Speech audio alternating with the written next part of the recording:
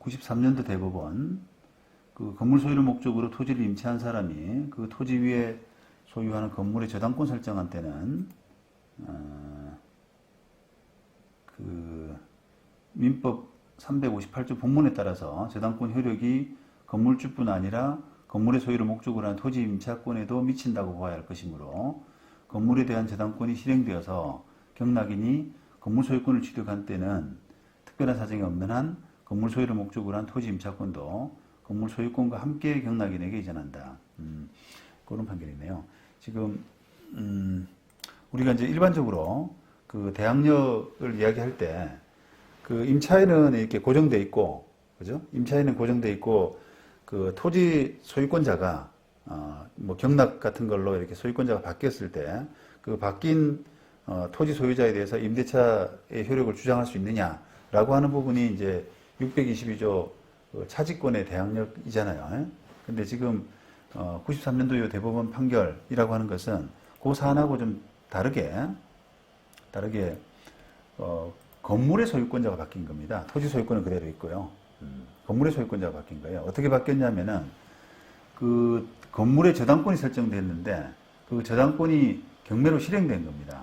경매 실행된 거예요. 그러면 그런 이유로 해서 지금 소유권자가 건물주가 바뀌었잖아요. 그러면 그 건물주는 저당권의 효력은 그 건물뿐 아니라 여기 보시면은 건물의 종물 내지 부합물 이런 거에도 미치거든요. 저당권의 효력이. 그러니까 저당권의 효력은 저당 부동산에 부합된 그 물건과 종물에 미친다라고 했잖아요. 그래서 그 토지 임차권을 이 건물 소유권에 그 종된 권리라고 부르는 겁니다. 종된 권리. 그래서 낙찰을 받은 사람은 그 건물 소유권뿐 아니라 그 토지 임차권도 함께 넘어간다라고 하는 이제 논리를 폈어요. 그죠? 좀 특이하죠. 전혀 반대죠. 이 사건 자체는 이제 건물을 철거하라라고 하는 부분인데 토지 소유주가 건물주한테 토지 철거하라라고 하는 부분인데 어쨌든 지금 법리는 건물 소유권과 함께 그 토지 임차권도 경락인한테 넘어간다라고 하는 부분인데, 자, 이제 그 다음부터가 문제입니다. 자, 이게 그 임차권이 그 임대차 관계에서 우리가 임대차 관계에서 그 임차권을 그 임대인 동의 없이 마음대로 넘길 수가 없지 않습니까? 양자 간에 서로 임대인 임차인 간에는 채권 채무 관계, 서로 신뢰 관계에 의한 어떤 계약 관계이기 때문에 그거를 임대인 동의 없이 임차인이 다른 사람 데리고 와서 임차인 그대로 꽂을 수가 없거든요. 그 자리에. 그런 건데 지금 마찬가지예요. 이게 그 토지 임대차 계약을 해서 건물을 지었는데 그 건물주가 그 건물이 경매로 넘어가면서 그 낙찰을 받은 사람은 건물의 소유권뿐 아니라 그 토지 임차권도 종된 권리로서 만약에 취득을 했다. 그까지는 좋은데 그게 과연 이제 그 임대인에 대해서도 그대로 주장할 수 있느냐. 결과적으로 보게 되면은 임차인이 마음대로 바뀐 꼴이 되잖아요. 그죠? 네. 그래서 이제 그 부분에 대한 어떤 설치를 한 그런 사례라고 할 수 있습니다.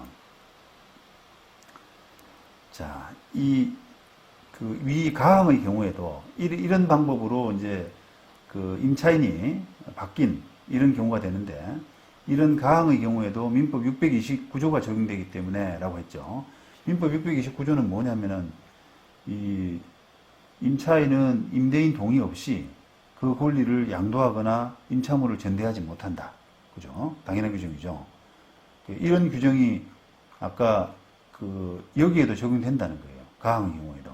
그래서 토지의 임대인에 대한 관계에서는 그 동의가 없는 한 경락인은 임차권의 취득을 대항할 수 없다고 할 것인가.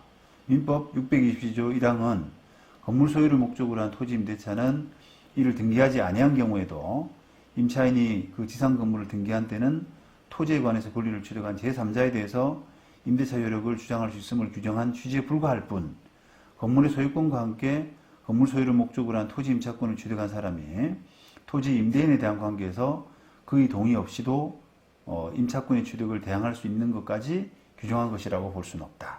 이렇게 했습니다. 그죠? 이게 조금 평면을 다르게 하는 겁니다. 우리가 622조 차지권 대항력이라고 하는 것은 토지 임차인은 고정되어 있고 임대인, 토지 소유자의 지위가 이렇게 다른 데로 넘어갔을 때 대항할 수 있다라고 하는 그런 부분인데 이 사건은 지금 토지 소유자는 고정되어 있고 건물주가 이제 바뀐 거거든요. 그런 경우는 지금 622조가 그대로 적용되는 사안은 아니다라고 그렇게 판단한 거죠.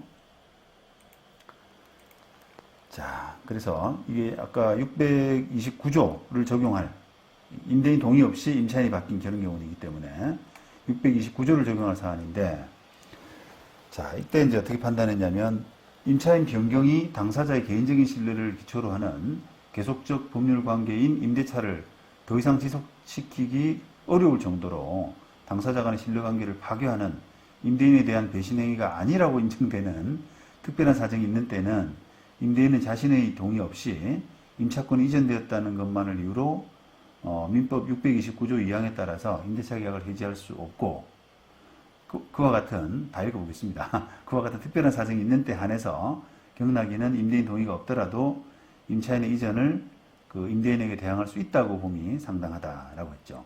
그러니까 원칙은 대항이 안 된다는 거예요. 이런 경우에.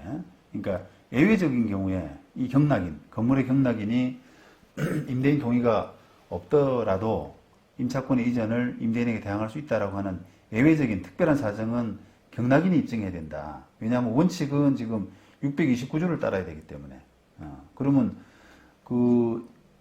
별 문제 없다는 거예요. 이게 원래는 대항할 수 없지만 내가 건물주가 돼서 임대차 관계를 유지하더라도 너하고 내하고의 신뢰관계 이런 문제는 전혀 문제가 없다라고 하는 부분에 대한 입증 책임은 경락인에게 있다는 겁니다. 그러니까 경락인이 입증 책임을 부담하기 때문에 조금 불리하게 되는 거죠. 그죠? 그런 구조로 어쨌든 이해해야 되는 그런 관계라고 해석을 한 거예요.